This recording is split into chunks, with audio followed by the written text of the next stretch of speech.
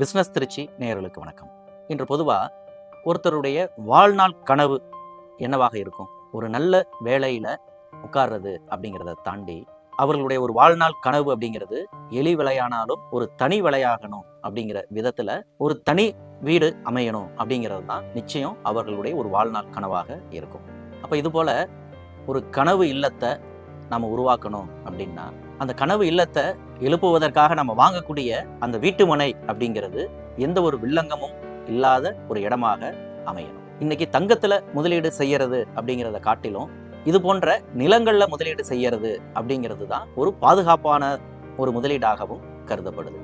அப்ப எதிர்கால பாதுகாப்புக்காக ஒரு முதலீடாக ஒரு வீட்டு மனையை நம்ம வாங்குறோம் அப்படின்னு சொன்னாலும் சரி, அல்லது நம்மளுடைய வாழ்நாள் கனவு பூர்த்தி செய்வதற்காக நாம் அந்த வீட்டு மனையை வாங்குறோம் அப்படின்னாலும் சரி, அதுல என்னென்ன சிக்கல்கள் இருக்கு, அதை எல்லாத்தையும் எப்படி சரி செய்து அந்த வீட்டு மனையை நம்ம வாங்குறதுங்கிறத குறித்த விவரங்களை பேசலாம். பல்சுவை வார இதழாக வியாழந்தோறும் வெளியாகிறது உங்கள் அங்குசம் செய்தி.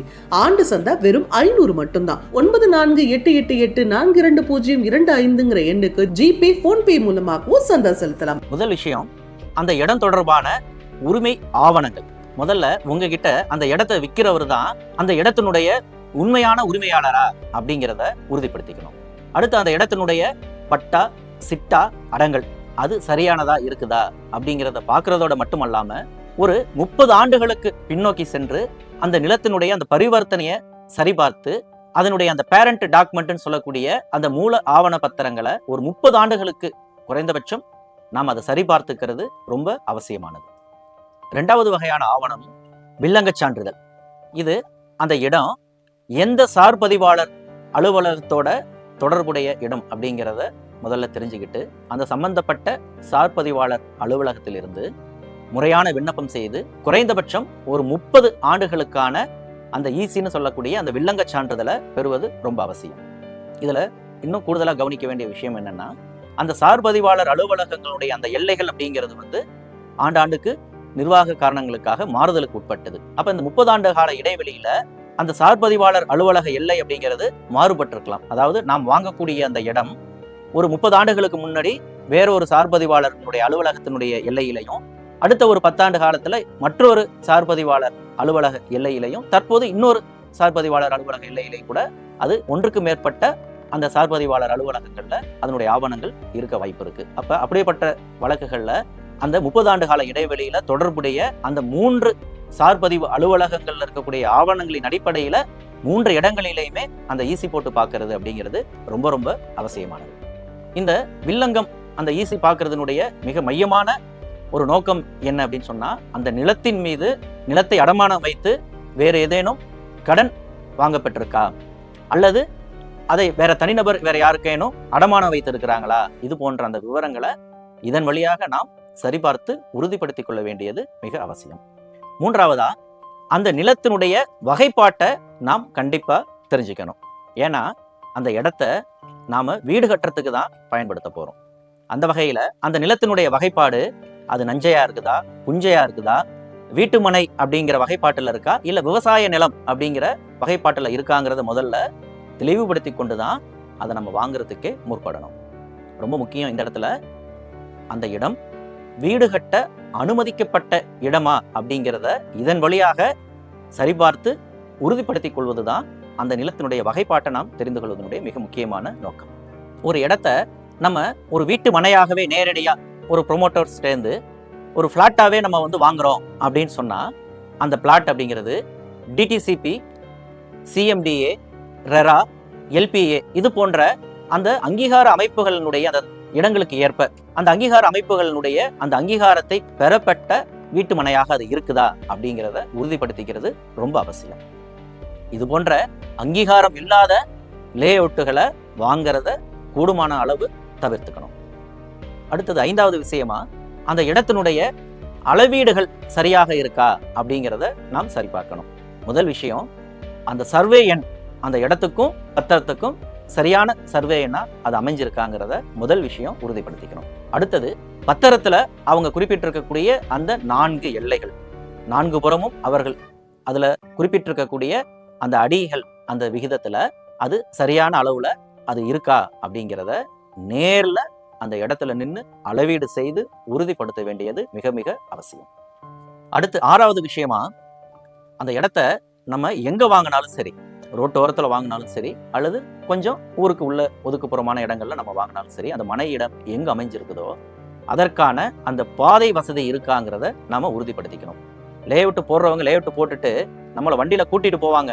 ரோடு இருக்கும், அது மண் ரோடா கூட இருக்கலாம், சில இடங்கள்ல தார் ரோடு கூட இருக்கலாம். தார் ரோடு அவங்க பிரைவேட்டா போட்டிருக்காங்கிறதுனாலயே அது அங்கீகரிக்கப்பட்ட ஒரு தார் ரோடாக, சாலையாக அது நிச்சயம் இருக்கணுங்கிற வாய்ப்பு கிடையாது, அவசியம் கிடையாது. அந்த வகையில எதிர்காலத்துல அந்த சாலை வசதி அப்படிங்கிறது, அந்த பொதுப்பாதை அப்படிங்கிறது சிக்கலுக்குரியதாக மாறிவிடாத அளவுக்கு அந்த பொதுப்பாதை அப்படிங்கிறது சரியான முறையில இருக்காங்கிறத நாம உறுதிப்படுத்திக்கணும். ஏன்னா யாருடைய ஒரு நிலமோ, விவசாய நிலமோ அல்லது பிளாட்டோ இருக்கலாம், அதை அவர்கள் உரிமை கோராமலேயே அவர்களுடைய சந்ததியினர்கள் அதை விட்டிருந்திருக்கலாம், அல்லது அரசினுடைய ஒரு புறம்போக்கு இடமாக அது இருக்கலாம்.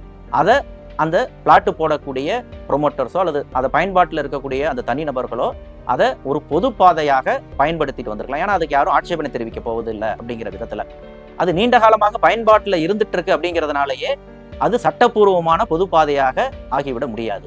அப்ப அந்த வகையில அந்தந்த ஊராட்சியால அர்ப்பணிக்கப்பட்ட பொதுப்பாதையாக அது அமைந்திருக்காங்கிறத உறுதிப்படுத்திக் கொள்வது ரொம்ப அவசியம். ஏன்னா எதிர்காலத்தில் அதனுடைய வாரிசுதாரர்கள் இது என்னுடைய இடம், என்னுடைய சொந்த இடத்துல நீ எப்படி குறுக்க நீ போவ அப்படின்னு சொல்லிட்டு வேலி போட்டு தடுத்துட்டாங்கன்னா அப்புறம் உங்களுடைய பிளாட்டுக்கு நீங்க எப்படி போவீங்க அப்படிங்கிற ஒரு சிக்கல் வரக்கூடும். இதை நம்ம உறுதிப்படுத்திக்கிறது ரொம்ப அவசியம்.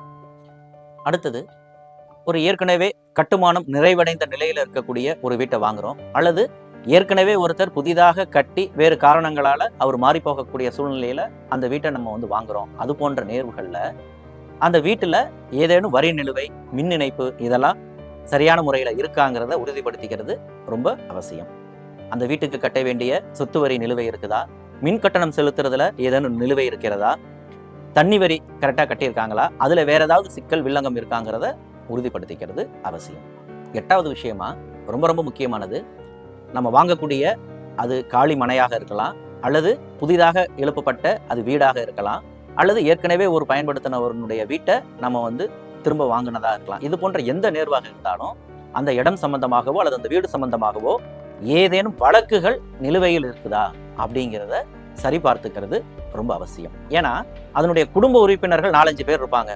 அதுல ஒருத்தருடைய அனுபவத்துல அந்த வீடு இருக்கும், அந்த இடம் இருக்கும். அப்ப அவர் பாட்டுல அதை பிளாட் போட்டு அவர் வித்துட்டாரு அப்படின்னு சொன்னா, நாளைக்கு குடும்ப உறுப்பினர்கள் வாரிசு அடிப்படையில இதுல எனக்கும் ஒரு பங்கு இருக்கு, 1/3 இருக்கு அப்படின்னு நீதிமன்றத்துல அவங்க வழக்கு போட்டாங்க அப்படின்னு சொன்னா அது அவர்களுக்கு சாதகமாக முடிவதற்கான வாய்ப்பும் இருக்கு. அப்ப அது போன்ற உரிமையியல் வழக்குகள் ஏதேனும் அந்த இடம் தொடர்பாக, அந்த வீடு தொடர்பாக ஏதேனும் இருக்கா அப்படிங்கிறதையும் உறுதிப்படுத்திக் கொள்ள வேண்டியது ரொம்ப அவசியம்.